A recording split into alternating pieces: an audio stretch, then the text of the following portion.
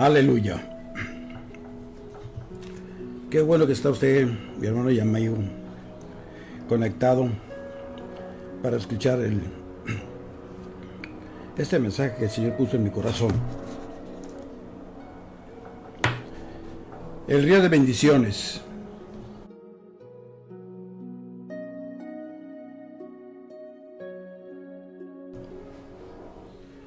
Así dice la Escritura en el libro del profeta Ezequiel,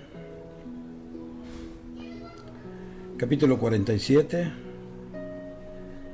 del primer versículo al 12. Me hizo volver luego a la entrada de la casa.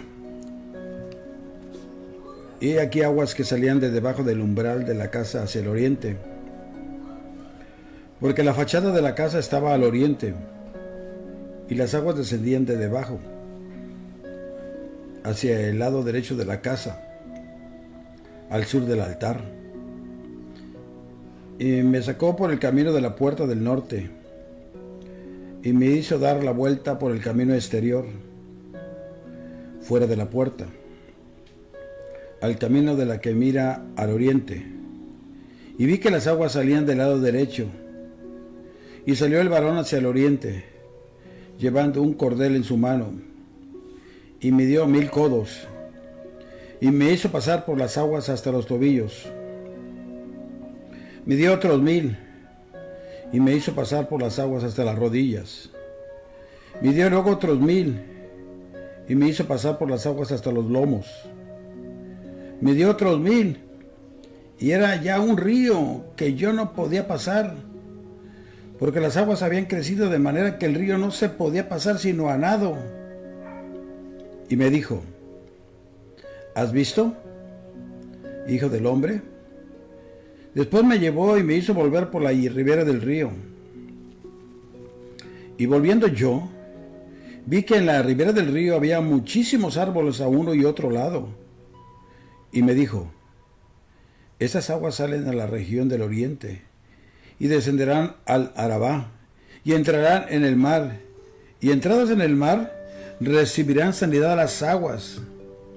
Y toda alma viviente que nadare por donde quiera que entre en estos dos ríos, vivirá.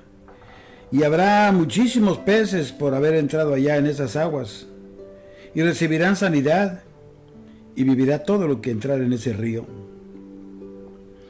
Y junto a él estarán pescadores, y desde En-Gadi hasta En-Eglaim será su tendedero de redes. Y por sus especies serán los peces tan numerosos como los peces del mar grande. Aleluya. Sus pantanos y sus lagunas no se sanearán, quedarán para salinas. Y junto al río, en su ribera, a uno y otro lado, crecerá toda clase de árboles frutales. Sus hojas nunca caerán, porque sus aguas salen del santuario, y su fruto será para comer y su hoja para medicina. Aleluya. Gracias, Señor, te doy porque me permites de nuevo exponer tu palabra. Que tu Espíritu Santo sea el que me ayude para poder exponerla con claridad como tú lo deseas. Gracias, Señor, por todo, Jesús, porque sigue siendo bueno y para siempre es tu bondad. Esta magnífica visión profética es indudablemente un cuadro de la restauración del templo de Israel y de toda la nación israelita en los días futuros del milenio prometido. Dando esto por concedido, bien podemos aplicarlo también legítimamente a la obra que el Espíritu Santo realiza actualmente en los corazones del pueblo de Dios y claro, en su iglesia, que es el templo de Dios vivo. Nuestro Señor Jesucristo se identificó él mismo con el agua viva, como lo vemos por la manera tan encantadora que se expresa en la narración que tenemos en el capítulo 7 del Evangelio de Juan. Allí, en la solemnidad del antiguo templo, en la fecha en que se celebraba la fiesta de los tabernáculos, él se aplicó a sí mismo la hermosa figura del agua que se vertía delante del pueblo y clamó diciendo: si alguno tiene sed, venga a mí y beba. El que cree en mí, como dice la Escritura, correrán ríos de agua viva de su interior. Esto dijo del Espíritu que habían de recibir los que creyesen en Él, pues aún no había venido el Espíritu Santo. Aunque sabemos que el Espíritu Santo es Dios y Él es omnipresente, pero no había actuado como está actuando ahora. ¿Sabe por qué? Porque Jesús no había sido aún glorificado.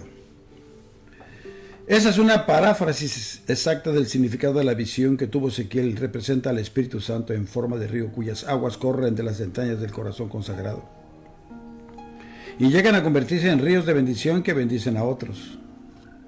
Esa visión imaginaria de corte oriental es tan sublime, tan preciosa, que se asemeja a una bella flor. No podemos detenernos a analizarla demasiado sin correr el riesgo de dañar su simetría y su fragancia. Nos dice, alto, el tan glorioso como encantador simbolismo de la figura.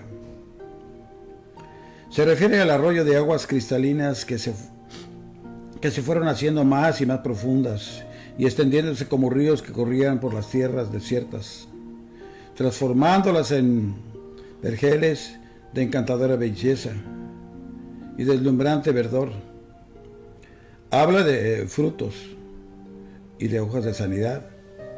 Y aún el mar muerto fue recuperado por sus aguas sanadoras, hasta que llega a ser un sitio a cuyas playas concurren los pescadores y consiguen abundante pesca. Finalmente el templo llega a ser morada de Dios y le dan el nombre de Jehová Sama, que significa Jehová está allí. Las figuras de esa clase tienen algo que no es posible analizar. Hay en ellas cierta soltura, destello, un vago pero real esplendor, algo indescriptible pero glorioso, que describe acertadamente cierta condición elevada de nuestra experiencia espiritual. Hay ciertas cosas en la vida cristiana que cuando se las traduce al rudo lenguaje humano, se convierten en algo así como los pétalos secos de una flor muerta. Pero si se las deja así nomás, sin manosearlas, se las ve vivas y radiantes de gozo. No se las puede traducir, ni siempre se las puede entender. Es la voz del Espíritu que clama interiormente con inexpresables quejidos o inexpresable gozo. Está tan lleno como el magnífico río, tan puro como las aguas cristalinas, tan fresco como el rocío de la mañana, tan saludable como las hojas del árbol de vida, y tan potente como el río cuyas aguas llevan bendición por donde quiera que pasa. Sin embargo, vamos a tratar de interpretar hasta donde nos sea posible el cuadro imaginario tan rico en lecciones. Lo primero que llama la atención al lector que se detiene a meditar es la dirección en que corre el río. Sabemos que este representa al Espíritu Santo, la santa persona cuyo ministerio es limpiar, satisfacer, proporcionar bienestar, ayudar y sanar a los discípulos de Cristo. Pero, ¿a qué se debe el que corra hacia afuera y no hacia adentro? ¿No tratamos siempre de conseguir que ese río corra hacia adentro de nosotros? ¿No andamos siempre en busca de su bendición y de su bautismo? Pero aquí, al parecer, el santuario se ocupa únicamente de dar agua, y este no hace una sola cosa: sale a cumplir su ministerio de desparramar gracia lo más desprendidamente. Esa es la verdadera vida del Espíritu Santo. El verdadero propósito que trajo al Espíritu Santo a vivir entre nosotros fue hacernos colaboradores de Dios, cuya obra consiste siempre en amar, en bendecir y en dar. Las aguas del río no comenzaron a correr cuando el cauce estaba lleno, sino que comenzaron a hacerlo apenas hubo en él el primer chorrido. Sí, como usted lo escuchó, un chorrito únicamente. Cuando comenzaron a correr los primeros chorritos, el templo pudo haber dicho: yo necesito esa agua, lo mejor es que la guarde en el depósito. Pero no, simplemente las dejó salir para que fuesen a cumplir su ministerio de amor. Y así siguió hasta el fin. El agua siguió corriendo constantemente, y al llegar al mar muerto, el poder de las aguas del río era tan grande que transformó las aguas del mar en agua fresca que daba vida. Aleluya. Así que el secreto de la condición en que se encontraba el mar muerto yacía en el hecho que no tenía salida. A través de los años nunca ha sido otra cosa que un depósito receptor. Mas no bien comienza a desbordar sus aguas, estas empiezan a producir vida. Mi hermano o amigo que me está escuchando, ese es el secreto de la debilidad espiritual y de las desilusiones que sufren muchas personas. Comenzad a vivir para Dios y para el bien de otras personas. Si así lo hacéis, Dios os lo devolverá con 10 veces más de lo que disteis, y aún más de 10 veces. La segunda cosa que observamos acerca de este río es que emanaba de un santuario. ¿Qué queremos decir al hablar de un santuario? Es un sitio sagrado, apartado, santo y divino. Primeramente debe estar separado de manera que no se le emplee nunca en nada pecaminoso o común. En segundo lugar, debe ser dedicado exclusivamente, única y exclusivamente a quién, a Dios. En tercer lugar, Dios es el único que debe ocuparlo.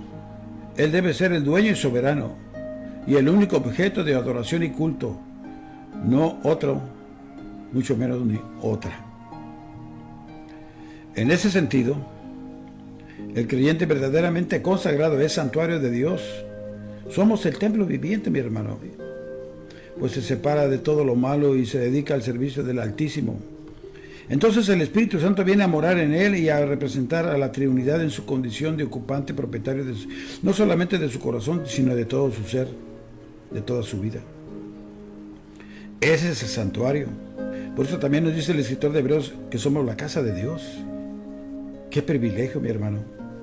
Qué privilegio, mi amigo, mi amiga que me está escuchando. Esa es la santidad.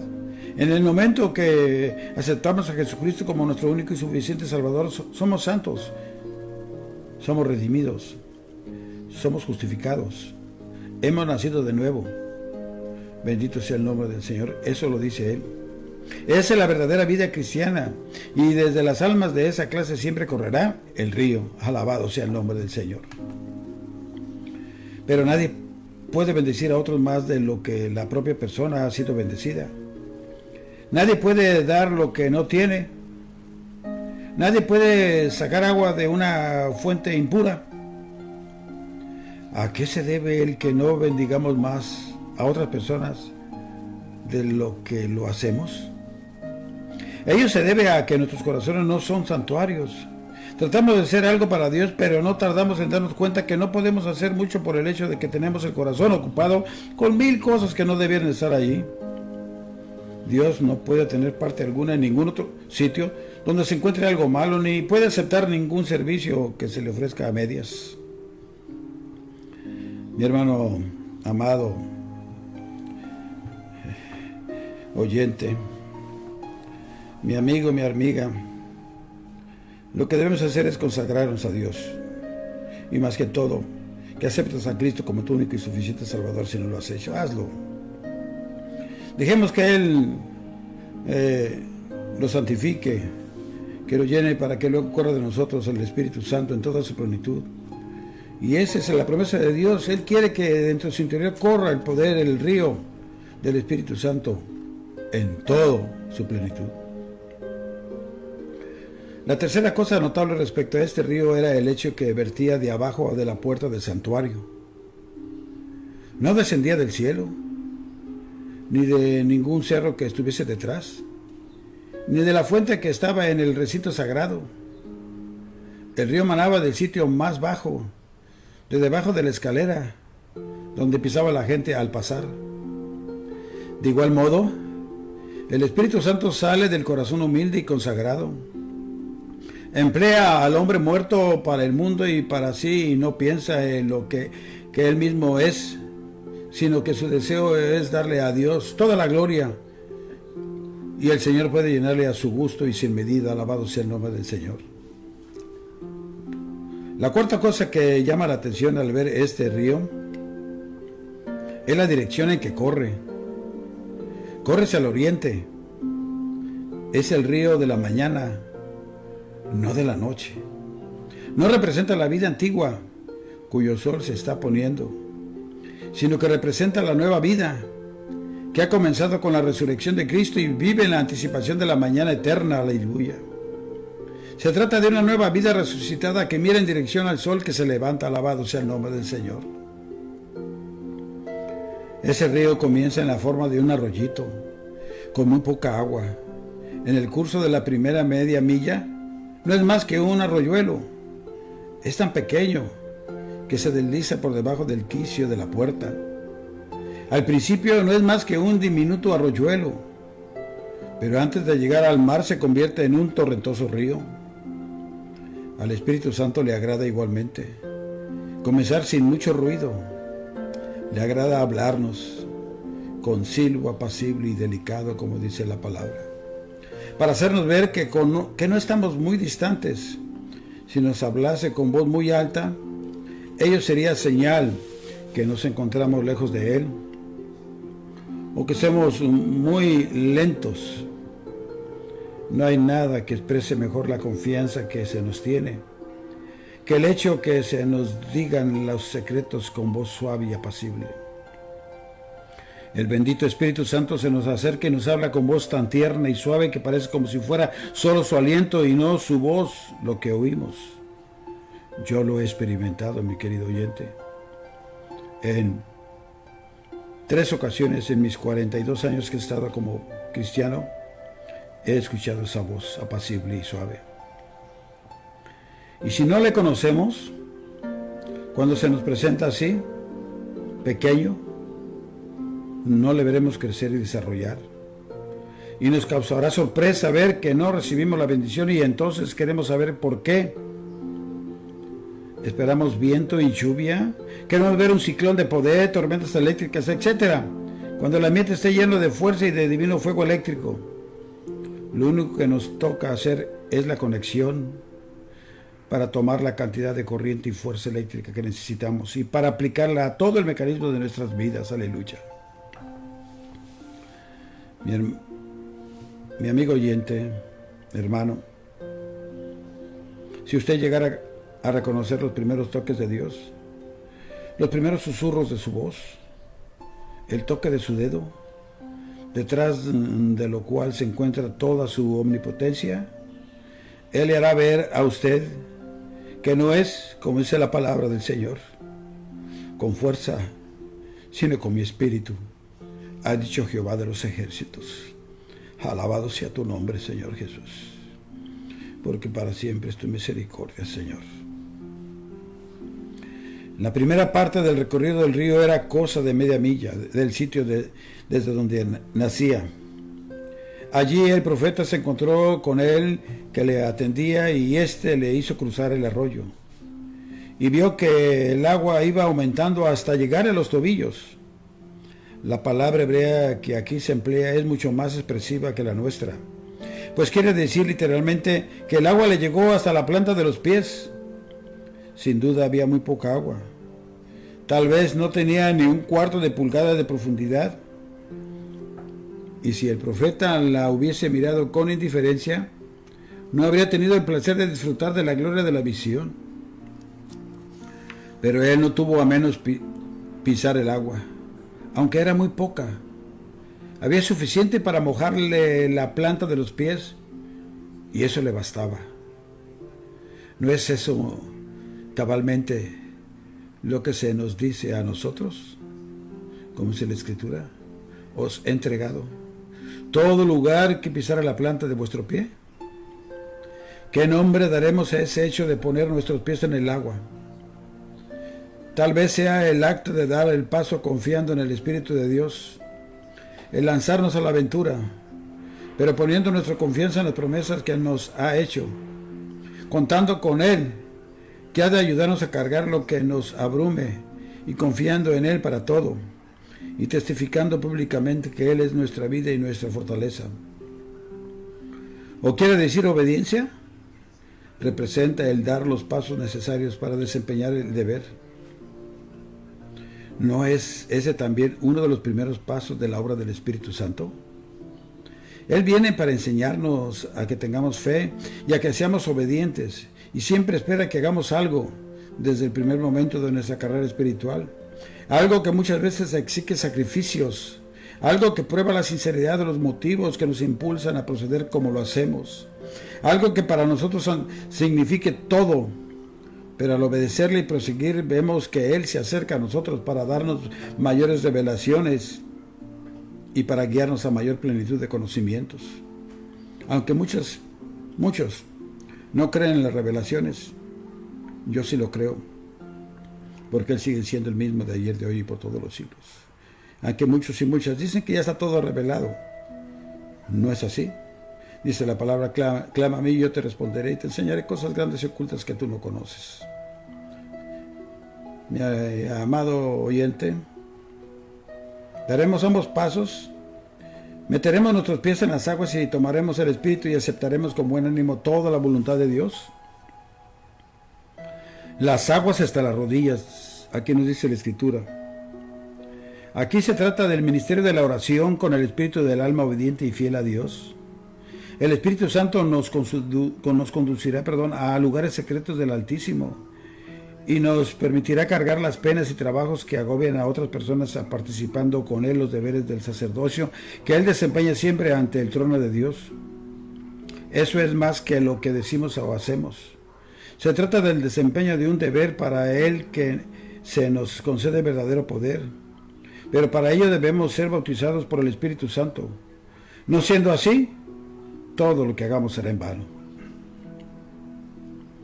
Después vemos que el agua llegaba hasta los lomos del profeta. Este es el símbolo de poder, el bautismo del Espíritu Santo que da la necesaria idoneidad para realizar el servicio que Dios espera de nosotros. La ceñidura de los lomos es símbolo de servicio y de fortaleza. Dios da a sus siervos la facultad necesaria para que hablen en su nombre con poder y para que consigan los gloriosos resultados que Él espera del ministerio que les ha encomendado. ¿Te ha encomendado el Señor algo para usted que me estás escuchando? A su servidor, sí. Y para mí es un privilegio, porque estoy trabajando para el mejor patrón y es el que mejor paga. Y Él pagó con su vida para haberme rescatado del lodo cenagoso del mundo. Mas estoy en el mundo, mas ya no soy de Él. Ahora soy de Cristo, alabado sea el nombre del Señor. Si no disponemos de ese poder, entonces no tenemos por qué intentar hacer esa obra para Dios. Jesús no comenzó su ministerio antes de haber recibido el bautismo del Espíritu Santo. Es presuntuoso de parte nuestra el querer hacer lo que no intentó el Señor Jesucristo. Luego vemos que las aguas subieron por encima de la cabeza del profeta. Era un río en el que era necesario nadar para poder atravesarlo. El río había alcanzado tal profundidad que el profeta no se sentía con fuerzas suficientes para atravesarlo. No pudiendo hacer otra cosa, se acostó sobre la superficie del agua y dejó que ésta lo arrastrara. Alabado sea el nombre del Señor. Esa escena representa el momento cuando estamos convencidos que no podemos hacer nada más, contando con nuestros propios esfuerzos, y que entonces no nos dejamos caer en las manos de Dios, quedándonos enteramente a merced de lo que Él determine, claro, en su perfecta voluntad. Entonces, a partir de ese momento, todo lo que hacemos es obra que Dios hace por intermedio nuestro. Nos encontramos en la misma condición del nadador que flota sobre la superficie del agua que le arrastra. Pero por eso mismo somos más fuertes que si estuviésemos cruzando con nuestras fuerzas, puesto que todas las fuerzas del río le pertenecen a Dios, Por supuesto, tenemos que someternos a hacer lo que Él quiera y no lo que nosotros queramos, porque Él fue el que nos hizo y no nosotros a nosotros mismos, mi hermano y amigo. Naturalmente, antes de poder contar con la fortaleza de Dios, debemos rendirle a Él toda nuestra vida. Cuando así lo hacemos, heredamos la plenitud de la divina omnipotencia. Dispondremos del poder de Dios en la misma proporción de la intensidad de la comunión que tenemos con Él. El poder es espontáneo, sin ningún esfuerzo brota de una fuente que no dependa de nosotros y corre como un río inagotable. Bendito sea el nombre del Señor Jesucristo. Vemos después los frutos en las orillas del glorioso río. Hay frutos para alimentar a los santos, frutos que no se acaban nunca, frutos de infinitas variedades. Se han restaurado todos los árboles del paraíso. Estos renuevan mensualmente sus mies. Cada gozo es un gozo nuevo, fresco como los frutos y las flores del paraíso. Aún las hojas de los árboles sirven para sanar a los enfermos. Estas no son la parte más importante del árbol, pero ocupan su lugar.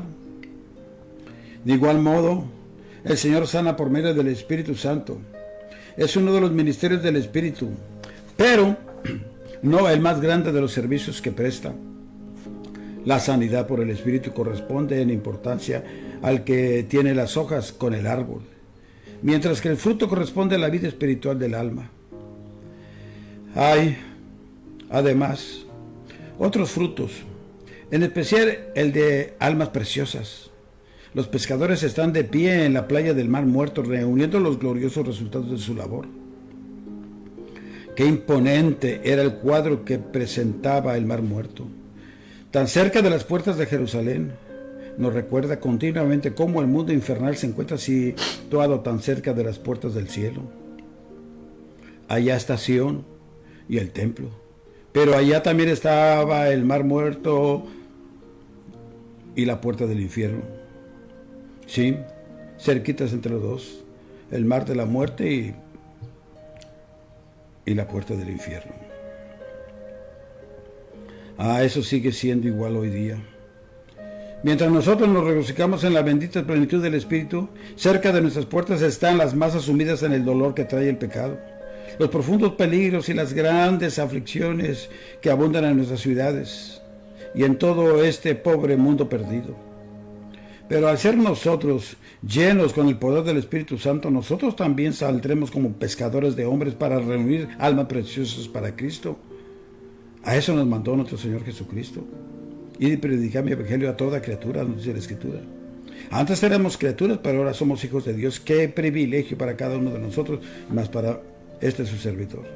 Entonces lo haremos con el poder que nos da el Espíritu Santo. Y convertiremos los desiertos de la vida en lugares benditos. De manera que en todo lugar, por donde dice la palabra del Señor, por donde pasa el río, haya vida. Alabado sea el nombre del Señor. Todavía hay un cuadro más, mi querido hermano y hermana, y mi amigo que me está escuchando. Este se encuentra en el último capítulo del libro, el cual dice: el nombre de la ciudad desde aquel día será Jehová Sama, que significa el Señor está aquí. Ese bendito río trae al Señor. Ese bendito Espíritu Santo hace que Dios more permanentemente con nosotros, y Él es mejor que todos sus dones y que todas sus gracias y operaciones. Dios busca hogar en alguno de nuestros corazones. El Espíritu Santo está llamando a la puerta y quiere que le dejen entrar para constituirse en el Rey de la Gloria de nuestro corazón. Si le dejamos entrar, yo ya lo hice, mi querido hermano y amigo que me está escuchando. Y tú puedes hacerlo en este mismo momento si tú abres tu corazón al Señor, y Él puede entrar a ti porque Él pide permiso, Él es caballero. Entonces Él establecerá su palacio y su hogar en nuestro corazón, en tu corazón, en tu alma, en tu cuerpo, en todo tu ser. Y morará allí por siempre, como dice la Escritura. Hará su casa, como dice el escritor de Hebreos. El más grande y sublime de los honores que puede tener un rendimiento del Señor es el que el Espíritu Santo haga morada en todo nuestro ser. Y es un privilegio tan grande, que yo no me arrepiento después de haberlo hecho y aceptado a Jesucristo como mi único y suficiente Salvador hace cerca de 42 años. y seguiré con él toda mi vida. Y en caso de que yo caiga, yo me tomaré de su mano, y él nunca me va a dejar, porque lo ha prometido en su palabra. Extenderé mi mano y él me tomará de su mano y estaré con él para siempre, como dice la Escritura. Porque a él le costó a precio de sangre ahí en el Monte Calvario, por este su siervo, y no solamente por mí, sino por todos aquellos que desean aceptarlo de corazón. Como el anciano arquitecto, a quien, al pedírsele que erigiera un templo que sería dedicado al sol, después que otros habían erigido suntuosos e imponentes templos de granito, de mármol y otras piedras preciosas, muy valiosas, él levantó uno totalmente de vidrio transparente y dijo: este es el verdadero templo para el sol, pues el sol puede entrar y salir de él sin esfuerzo de ninguna especie. Dios quiere templos transparentes como aquel de cristal que no refleja la gloria del que lo erigió, sino la de Dios. Templos en los que Él pueda entrar y salir sin que sea necesario para ello abrir puertas, pero que todos los medios y todas vuestras aptitudes estén de tal modo a su disposición y que estemos de tal modo en contacto con Él que vivamos, nos movamos y tengamos nuestra existencia dependiendo de Él y solamente de Él, y que Él encuentre en nosotros la afinidad que busca en vano en el universo y en el alto cielo. Porque ¿no somos nosotros también, como dice la Escritura en Efesios 1:23, la plenitud de aquel que todo lo llena en todo? Alabado sea el nombre del Señor. Mi hermano, mi hermana, mi amigo, mi amiga que me estás escuchando, abre tu corazón al Señor y acéptalo como tu único y suficiente Salvador. Y tendrás al Espíritu Santo dentro de ti, y más que todo, Él hará morada en ti, porque así nos dice la Escritura: seremos casa de Dios. Y este es un gran privilegio. Dile al Señor que te arrepientes de todos tus pecados. Dile lo que salga de tu corazón y habla con Él porque Él no está muerto. No es un Cristo crucificado, es un Cristo que resucitó de entre los muertos y que venció a la muerte, a la tumba. Que Dios me lo siga bendiciendo a todos y nos vemos para la próxima, si el Señor lo permite. Y no se le olvide orar por este su siervo de nuestro Señor Jesucristo, para que me siga dando oportunidades poner su palabra con gracia y poder del Espíritu Santo. Que Dios me lo siga bendiciendo. Hasta pronto.